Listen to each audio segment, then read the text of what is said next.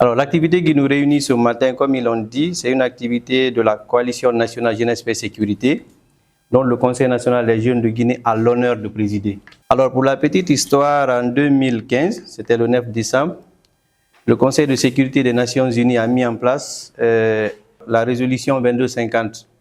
Cette résolution qui avait vraiment pour vocation de donner de la place aux jeunes, donner du mandat aux jeunes pour intervenir sur les questions de paix et de sécurité dans les différents États. La semaine passée, on était à Kindia, je crois, c'était 2 jours avant.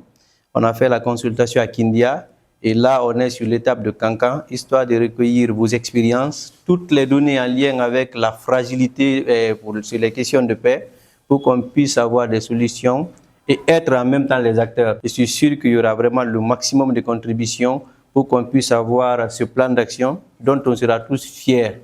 Parce que le plan d'action ne sera pas que pour nous, c'est un plan d'action qu'on va faire officiellement, une remise officielle à l'État guinéen pour dire que voici notre plan d'action, voici la priorité des jeunes pour vraiment être des acteurs de paix, pour qu'on puisse aller vers la paix que nous cherchons. Surtout qu'en septembre, on sait qu'on va aller vers le référendum et que les jeunes vont forcément se prononcer et qu'après, nous souhaiterons qu'il y ait une paix pour que chacun puisse s'accepter dans la différence. Donc, c'est là de notre responsabilité en tant que jeunes, bien sûr avec l'encadrement des aînés. Donc, voici pourquoi on est là. Et moi, je suis très content de vous avoir dans cette salle et aussi très content d'avoir le ministère qui assure cet appui institutionnel du Conseil de toutes les activités, mais bien entendu les administrateurs territoriaux qui sont au niveau de Kankan, qui franchement sont très disponibles pour nous. Et après, finir par le partenaire, parce que l'INFPI était présent depuis la mise en place, depuis avant la mise en place du Conseil national des jeunes de Guinée. Ils mettaient des moyens, ils mettaient de l'argent. L'INFPI a accompagné la mise en place du Conseil. L'INFPI a financé la mise en place de la coalition. Et l'INFPI est en train de financer les consultations régionales. Donc, je crois que leur présence aujourd'hui, ça nous réjouit à plus d'un titre. Et ça nous amène à être très sérieux parce qu'au-delà de l'argent qu'ils sont en train de mettre à disposition, ils sont en train de suivre comment est-ce que c'est en train d'être exécuté. Pour nous, ça nous soulage. Merci d'avance à toute l'équipe de l'INFPI par votre canal. Et nous vous rassurons que les activités ont bien commencé et nous irons jusqu'au bout pour encore continuer à bénéficier de votre confiance et encore continuer à collaborer avec vous. Merci à tout le monde. Et nous, jeunes, les activités vont continuer pour avoir ce document que nous cherchons pour que nous puissions être dynamique, efficace et très pertinent aux yeux des gouvernants qui nous entourent. Merci beaucoup. Et pour ce qui est vraiment de la contribution de la jeunesse à la paix, et comme je l'ai dit, bientôt les élections. Et dès qu'on dit mobilisation, ils sont les premiers. Et déjà par rapport vraiment à ce financement, c'est le Fonds des Nations Unies pour la consolidation de la paix qui finance. Il y a déjà un projet de ce genre, le projet transfrontalier, où l'activité est encore dans le PTA de la jeunesse. Parce que ça ne peut pas aller sans les jeunes. Nous avions besoin d'indicateurs de participation des jeunes aux activités, à la prévention et à la résolution des conflits, à la consolidation de la paix et à leur contribution à la cohésion sociale.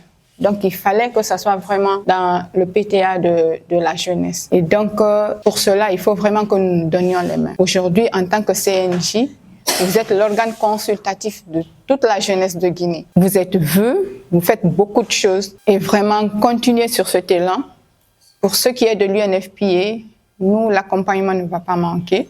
Nous serons toujours là à vos côtés. Si cela vraiment permet d'accomplir, comme je l'ai dit, vos potentiels, c'est-à-dire les potentiels des jeunes. Et vraiment, nous serons toujours là.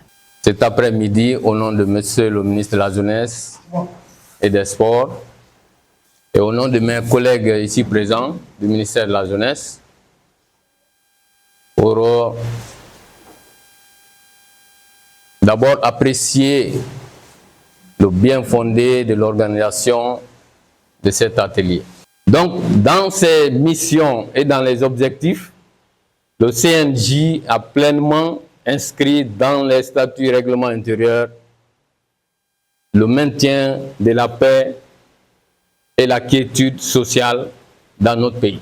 La jeunesse a un rôle central à jouer dans la résolution des conflits. Il n'y a pas de développement sans paix. Et pour qu'il y ait développement, il faut que la jeunesse s'implique pleinement pour ce développement-là. À cause de ça, le ministère de la Jeunesse, partout où il y a le Conseil national des jeunes, le ministère sera toujours présent pour les accompagner dans la mise en œuvre de leur activité. Et on va saisir l'occasion pour remercier nos partenaires du système des Nations Unies, notamment UNFPA qui nous a toujours accompagnés. Il y a eu plein d'autres partenaires dans le cadre du projet Jeunes, donc PNUD, UNFPA, UNESCO, sous financement du PBF, qui ont accompagné la mise en place du Conseil national des jeunes de Guinée. Donc nous remercions à travers la représentante ici du système des Nations Unies, l'ensemble du système des Nations Unies, mais plus particulièrement UNFPA qui nous a toujours accompagnés dans ce processus de mise en place du Conseil national des jeunes de Guinée depuis 2017. Un conflit, c'est un différent entre deux ou plusieurs personnes. Un différent, un D à la fin, entre deux ou plusieurs personnes. Très bien. Quoi d'autre?